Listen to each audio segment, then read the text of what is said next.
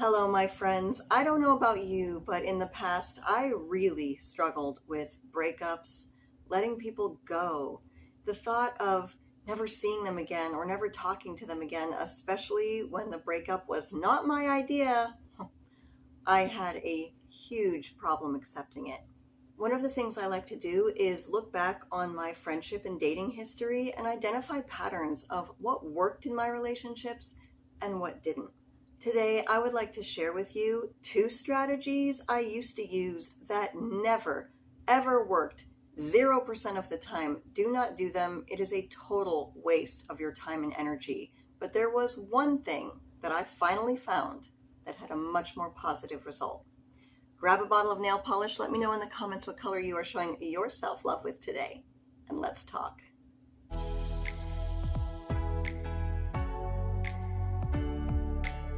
Jumping right into it, one of the things that never, ever got me what I wanted when someone was trying to break up with me was arguing with them about their decision. I think it's natural for us when someone has made a decision that we don't agree with, we want to argue with it. I am a full-fledged believer that you should tell the person in that moment they're breaking up with you that you disagree with their decision. You care about them, you want them in your life, and you don't want to see them go. Time and time again, I see people asking the question, should I fight to get my friend back? Should I fight to get my ex back? And in this situation, I don't think you should. There have been times along my dating journey that I have been dumped, and arguing with that person or trying to convince them that they're wrong is a bad idea. Because by the time they're actually breaking up with you, they've already thought it all the way through. This is just them pulling the trigger. You've already lost the debate. There is no negotiation. And if you manage to have some empathy for the other person's point of view, you'll know that no one likes breaking up with anybody. No one enjoys firing people. No one wants to tell people that they don't want to be friends anymore. But they have finally summed up the courage to talk to you about it, and enough is enough. It's a very stressful event for them. Their bodies want the relief of the breakup to be over. So when you begin arguing with them or yelling at them or calling them names, calling them out, it just heightens the stress going on inside of them. They can't hear anything you're saying. They go into total survival mode and they just want to flee the situation.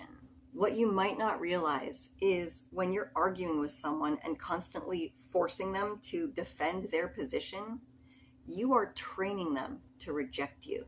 Every time you make an argument, they have to come up with a counter argument. And now they're not only convincing you the breakup is a good idea, they are further convincing themselves. They might even come up with reasons that they forgot about during the argument, like, oh yeah, this is another reason why I'm breaking up with you. Not to mention the fact that the more people do something, the better they get at it. So the more you keep having them to say, no, no, no, you're training them to say no to you. It's going to become easier and easier because now they've had practice rejecting you. Plus, your erratic behavior reconfirms to them that the breakup was a good decision and they don't want to be around you anymore. What about you? Have you ever had the experience where you tried to break up with someone and they all out argued with you? Did you change your mind and go back to them? I would love to know. Leave a comment down below. I had the experience once where I broke up with someone and instead of accepting the breakup, they argued with me for quite a while. And then after we got off the phone, we hadn't been dating very long. After we got off the phone, they showed up at my house and wanted to argue about it some more. And then I did not change my mind. They went home and sent me a text later telling me how much I sucked. And it certainly didn't make me feel like, oh gosh, you're right, I was wrong, and I totally want to be around you now. And looking back at it, I remember at the time, a couple of days before I broke up with him, we'd only been seeing each other for 3 weeks. I wasn't sure if I was making the right decision. I was really busy. I just started school, and he wanted to spend a lot more time with me than I could give him. I was a little ambivalent about the breakup, and I don't have a crystal ball. I can't go back in time. But maybe if he had accepted the breakup with grace, I might have thought about it over the next couple of days and realized that I was wrong.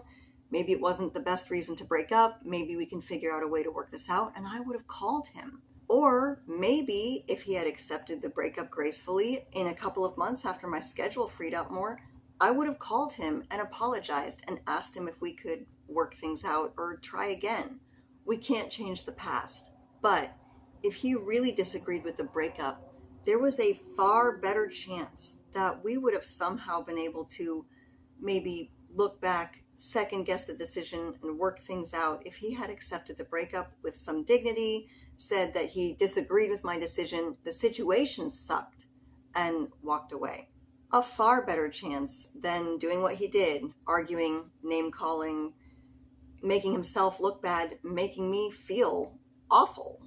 And I haven't spoken to him since. But I have also experienced this scenario where the tables were turned and I was the one arguing, and trust me, those people do not talk to me anymore either. This is why I talk a lot about not letting other people's behavior diminish you. Because first of all, you do not want to give the person who's ditching you the opportunity to remember you like that and think, oh, thank God I made that decision, simply for your own dignity. Plus, how many stories do you read about and hear about where exes come back years later? Now, at this point, you're probably not going to want them back anymore, but how much better will it feel when you're the person who's like, no thanks. It does feel better. However, if you let someone diminish you and you act less than desirable during a breakup, you probably won't get that opportunity. And no one knows what's going to happen. They might never come back, but you will have way more of a chance that they will if you maintain your self-respect during a breakup. The next thing that has absolutely never helped me, that unfortunately I see all over social media with dating coaches telling people to do this, please do not ever do this, is writing someone a letter after they have broken up with you. I have personally done this 3 times in my life, and I regret every single one of those letters that I wrote. Not just because they didn't work, because they don't work. You are flattering the hell out of someone who doesn't deserve you. And you know how I know that they don't deserve you? They broke up with you. They betrayed the relationship. They gave up on it. So why do they deserve a letter that tells them how great they are?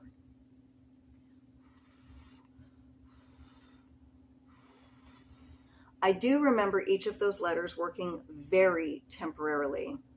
And I'm sure because on some level, they're very flattering, and maybe they make the person rethink the breakup for about 5 seconds. At the most, I have only ever gotten one more date out of these guys before I got the pleasure of being dumped all over again. Because at the end of the day, the underlying issues are still there. The only thing you get out of this is the opportunity to be ditched twice. And this is after you've already love vomited all over someone who, again, doesn't deserve it. I am telling you this from the perspective of someone who can look back years later after getting some distance. These letters are not worth it. One of the main reasons it bothers me that I wrote those letters isn't even because they didn't work. They don't work. It's because those people obviously weren't even right for me. They didn't even like me enough to stay with me. And now they will have those letters forever. So even after some time has passed and you look back and you're like, hey, that person was kind of a jerk. They dumped me. Too late. It's done. They've got it. No takesies backsies. Oh. Now for the part I'm sure you would all like to know is what actually did work to get the people I wanted in my life back. And I can tell you beyond a shadow of a doubt, the only time I ever got people I cared about back was when I disagreed with the split. I was very sad to see them go, but I let them walk away. And I went about my business. I lived my life. Maybe I asked for more hours at work. I painted my nails. This has worked with one friend and one boyfriend, and after a few months, they did come back. And I was happy to have them back. That's the other part of this. You can't start making people feel like crap the moment they realize they've made the wrong decision and they come back to you. That just goes right back to what we were talking about, how it solidifies in people's mind, like, oh yeah, this is exactly why I don't want to be around you. It doesn't feel good. The beauty of allowing someone to walk away and then dealing with the struggle yourself or with a therapist or a friend is it gives you the space to accurately decide whether or not this person was good for you, and do you truly want them back? If you are constantly in a panicked state of trying to cling to this person and drag them back into your life, then you are going to take them back, whether they deserve it or not. And it's also very important for the person who walked away to realize that they made a mistake, and they have to go through the process of, will they take me back? There has to be something on the line for them too. The decision has to be theirs, and they have to feel a little bit of that anxiety so they won't want to do something like this again. If you have gotten some space and you determined that you genuinely care about this person, your life was better with them in it, and you do want them back, then you have to make that decision and own it. You either forgive them or you don't. And if you say that you forgive them, then when they do come back, you smile at them and you open your arms and you make them feel like, yes, this was the right decision. This person makes me feel so good. I want to be around them too. And they're going to think these positive things because of how you handled the breakup and how you handled it when they came back. But I know what you might be thinking. The last thing we want is for people to think that they can just come in and out of our lives, marry as they please. Who cares about our feelings? And we're just a doormat that they can walk all over. No. So here's how you do this. Rekindle the relationship. Have a couple of good times, and then maybe a couple weeks in, when you're having a day, you're driving somewhere, things are a little quiet, you got a little nice, relaxed downtime. Tell them that you're really happy to have them in your life again, and tell them how much you missed them and how hard it was for you when they weren't there, and open up the discussion that way. It lets them know that they didn't get away with what they did. You know what they did, and now they have to talk about it too. You bring it up, you talk to them about it calmly, and you certainly don't start with accusing them of anything. What would be the point of doing all this self-work just to get back the very thing you wanted, only to have them leave again? You also do not want to start throwing out threats like, if you ever do this to me, I'm not going to be here for you when you come back. It makes their walls, all their defenses go up. They go back into that survival mode. They can't even hear you. It's like a whole fight or flight thing. No. If you forgive somebody, act in accordance with that decision and own it. This color is called Euphoria. I think it's really pretty. If you learn to let people go gracefully, with the understanding that if they walk away and don't come back, they didn't belong in your life. Statistically, over the course of your years, the odds will be better that the right people will come back, and it won't be the end of your story. My name is Maria Adriana. You did not have to live my life, but I certainly hope you can learn something from it. As always, thank you for visiting The Other Half.